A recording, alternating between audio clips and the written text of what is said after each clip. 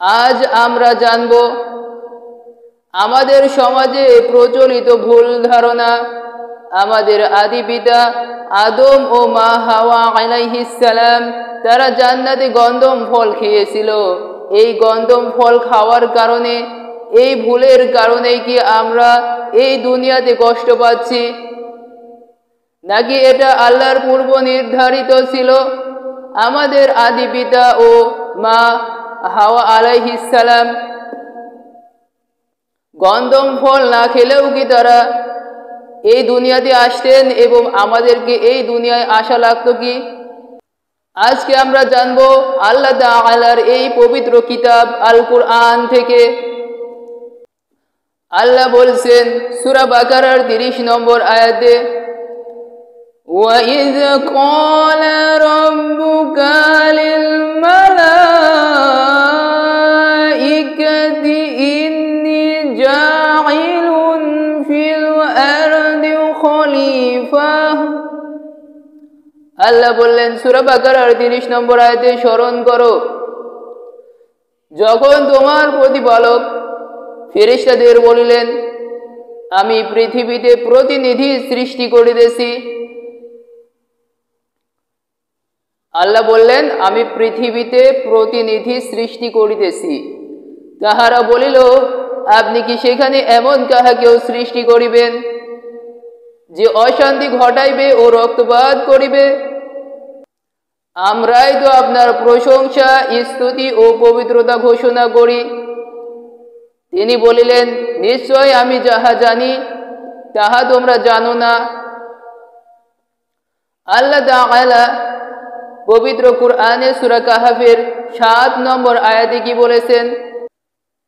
ইন্না জাআলনা মা আলাল আরদি জিনাতাল লাহা লিনাবলুয়াহুম আইয়ুহুম আহসানু আমালা। আল্লাহ তাআলা সূরা কাহফের 7 নম্বর আয়াতে বলেছেন, পৃথিবীর ওপর যাহা কিছু আছে আমি সেইগুলিকে উহার শোভা করিয়াছি, মানুষকে এই পরীক্ষা করিবার জন্য উহাদের মধ্যে কর্মে কে শ্রেষ্ঠ। আল্লাহ কি বললেন? পৃথিবীর ওপর তোমরা যাহা কিছু দেখছো আমি এই সমস্ত কিছুকে শোভা করিয়াছি, মানে সুন্দর ও আকর্ষণীয় করিয়াছি। কাহাদের জন্য? মানুষদের জন্য। আর আমি এই মানুষদেরকে পরীক্ষা করিব ইহাদের মধ্যে কর্মে কে শ্রেষ্ঠ। আল্লাহ তাআলা এই আয়াতে স্পষ্ট করিয়াছেন আমাদের আদি পিতা ও আদি মাতা তারা যদি গন্ধম ফল নাও খেতেন তবুও এই পৃথিবীতে আমাদেরকে আসতে হতো। এবার আমরা জানবো গন্ধম ফল খাওয়া বিষয়ে। আল্লাহ তাআলা আমাদের পিতা মাতাকে জান্নাতে রেখে শয়তানকে পরীক্ষা করতে চাইছিলেন যে শয়তান সে সেখান থেকে ফিরে আসে কি, কিন্তু দেখলেন শয়তান আর ফিরে আসলো না। তাই তাকে চিরস্থায়ীভাবে জাহান্নামবাসী করা হলো এবং শয়তান হিসেবে আখ্যায়িত করা হলো, ঘোষণা করা হলো। তাকে জিন ও মানুষের জন্য প্রকাশ্য শত্রু হিসেবে ঘোষণা করা হলো।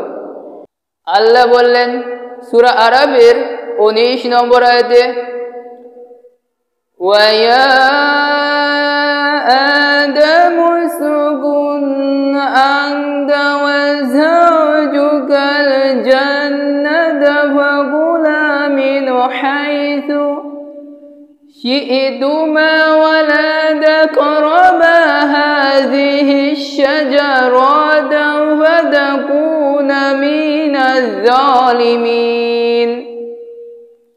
হে আদম, তুমি ও তোমার স্ত্রী জান্নাতে বসবাস করো। আল্লাহ বললেন তুমি ও তোমার স্ত্রী জান্নাতে বসবাস করো এবং যেথা ইচ্ছা আহার করো, কিন্তু এই বৃক্ষের নিকটবর্তী হইও না, হইলে তোমরা জালিমদের অন্তর্ভুক্ত হইবে। এইবার শয়তান কি করলো দেখেন 20 নম্বর আয়াতে فوسوس لهما الشيطان ليبدي لهما ما وري عنهما من سوآتهما وقال ما نهاكما ربكما عن هذه الشجرة إلا أن تكون ملكين أو تكون من الخالدين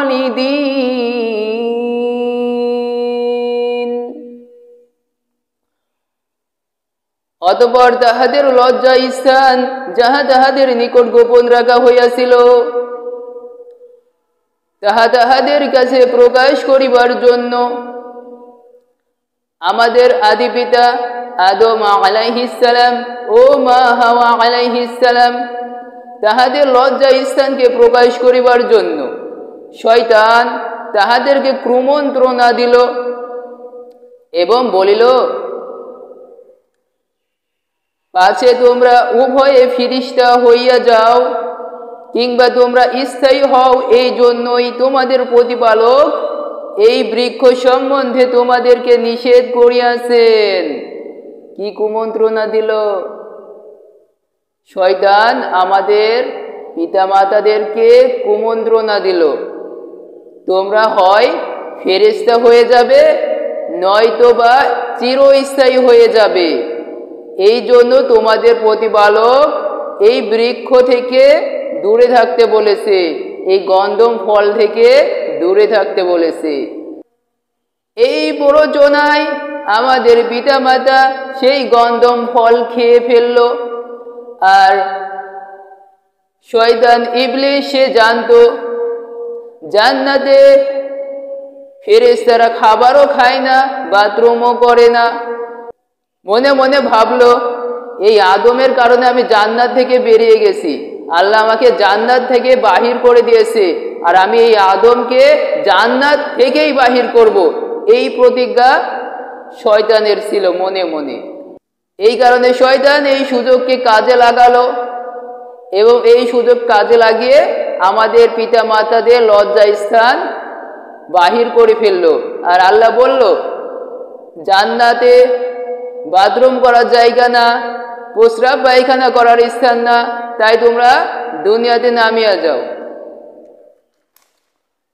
কিন্তু আমরা এই সমস্ত আয়াত থেকে স্পষ্ট হলাম আমাদের আদি পিতা ও মাতা তারা যদি গন্ধম ফল নাও খেত তবুও আল্লাহ তাআলা আমাদেরকে পৃথিবীতে প্রেরণ করিতেন কেননা মহান আল্লাহ তাআলা আমাদেরকে সৃষ্টি করার আগেই তিনি ঘোষণা করিয়াছেন পৃথিবীতে প্রতিনিধিত্ব সৃষ্টি করিবেন মানুষকে পৃথিবীর জন্য আর সূরা কাহাফের মধ্যে স্পষ্ট বলিয়াছেন যে এই পৃথিবীর যাহা কিছু আছে সব কিছু মানুষের জন্য আমি সুন্দর ও আকর্ষণীয় করিয়াছি যাহাতে মানুষকে আমি পরীক্ষা করিতে পারি ইহাদের মধ্যে কর্মে কে শ্রেষ্ঠ এই শয়তান সে সহ্য করতে পারল না আদম ও হাওয়াকে এই জন্য সে কুমন্ত্রণা করলো আর তাদেরকে জান্নাত থেকে বাহির করলো কিন্তু